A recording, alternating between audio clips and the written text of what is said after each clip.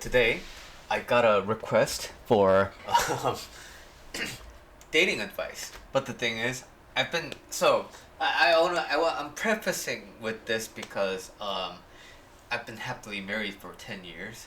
So I'm very out of the modern dating game. So many of the things that I say might not apply to your case, but as you all know, I like talking about like the philosophical aspects of things. So hopefully you can take something away from this. But if something doesn't really land, and if you have very strong opinions about what I say, please let me know, and then I'll be happy to address it a little bit more.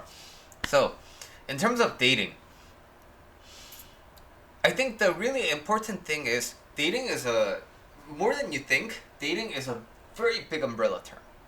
So dating can encompass sexual relationships that are focused on like physical pleasure. Dating can imply like setting up for looking at the potential for something long term like marriage. Dating can just be like emotional intimacy.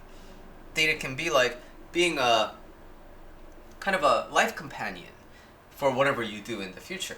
So the more you realize that the dating is like an umbrella term and you might not be enjoying or looking for all of these different specific aspects of it, the more you can focus on what you actually want with dating, right?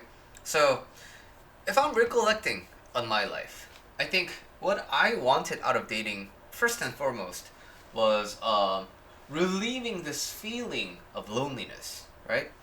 But also, when I was a teenager, when I was a young adult, there were also many people who were focused on dating as a sexual adventure.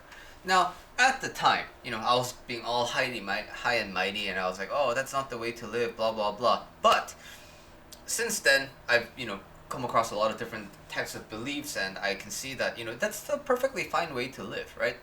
And, but also, I always had this kind of long-term kind of goal in mind. But there are people who just want to stay dating, right? So my wife, she didn't want to get married. She was fine with spending the rest of her life just dating me and not marrying me ever. But realistic, things happened, and then in order for me to come to America and for her to come with me, like it was just more advantageous to get married and then blah blah blah. But you know what? Even my marriage, I say I'm happily married right now, but like throughout the 10 years, there have been a lot of like struggles, especially because I was holding on to a lot of my inner beliefs, and my wife would always counter me with, I didn't even want to get married, and you said like please marry me, and then now you're coming to me about all these complaints, and then I spent a very long time trying to resist that, but the more I think about it, the more I'm like, you know what? She's right. She never even asked for any of this, and then here I am, like I promised her all these things, and then here I am not pulling up with my end of the deal. So, I kind of learned to change myself, but many people don't want to do that. Many people don't think they have to do that kind of a thing, right? So, again, like dating and marriage is also different, but also, if cohabitation is something that you're thinking about in dating, that's another very different thing, right? Having a good boyfriend, having a good girlfriend is different from having a good roommate. So, as a boyfriend, as a girlfriend, your partner may be this most amazing person, but then the thing is, once you start living together, you might want to like just kill each other, right? Because the living styles just don't. It just doesn't work, and I experienced that as well. But for me, because my wife came to me with this bulletproof argument of I never even wanted this, it was easy for me to change how I think about things. It was it was easy for me to change my behavior. So, in terms of dating advice, number one is you have to know what you're really looking for in a relationship. Are you looking for a roommate to cohabitate together? Are you looking for just emotional intimacy? Are you looking for just physical, pleasure? Depending on what you want, then your approach changes, right? And while other people may say that's not dating, who cares? It's your life. So, if you have a nice emotional support network, but you feel horny, which is totally fine, and you want to just explore your sexuality, then it's perfectly fine to go on the apps and focus on physical pleasure, right? And that way you meet like-minded people, and then there's no strings attached, and then hey, that's good. And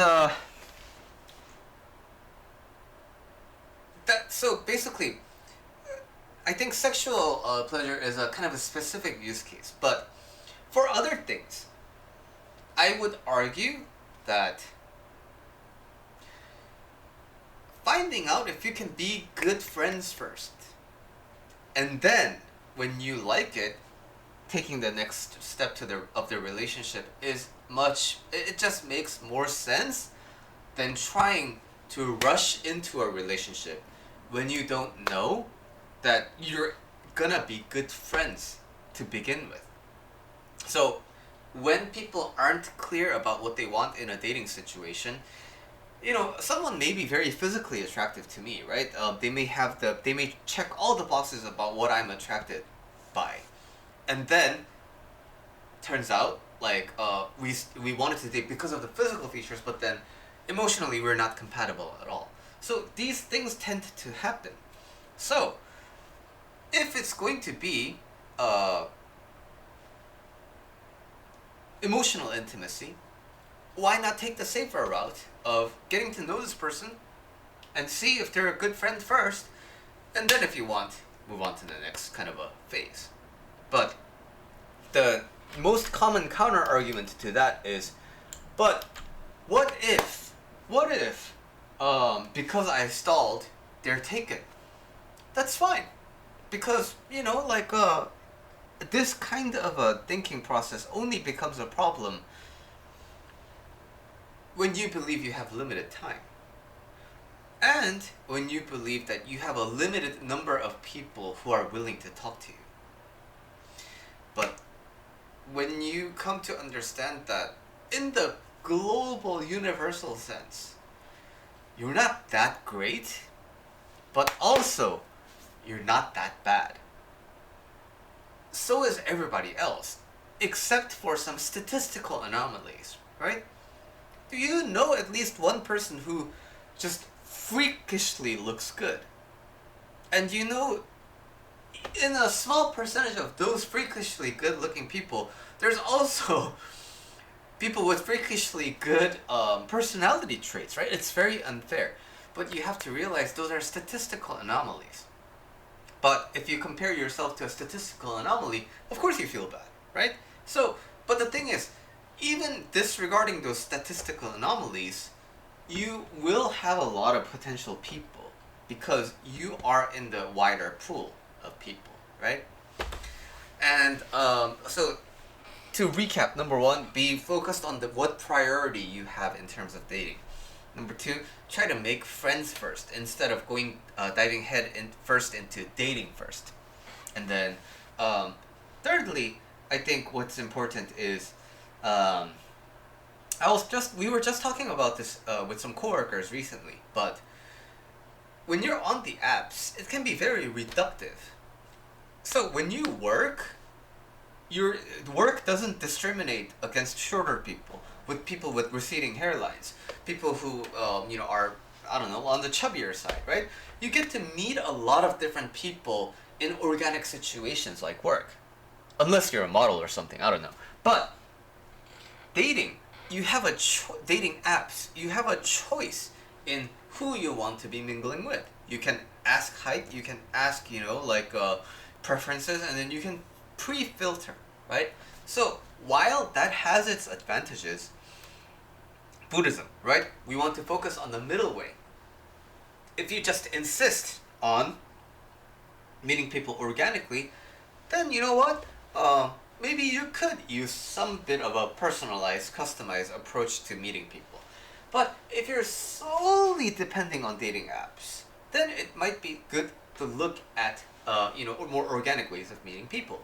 So having that balance, which wasn't available before, right? Well, I guess it kind of was because in my day, sorry, I'm sounding like an old fart, but in my day, there were people who set people up together, right?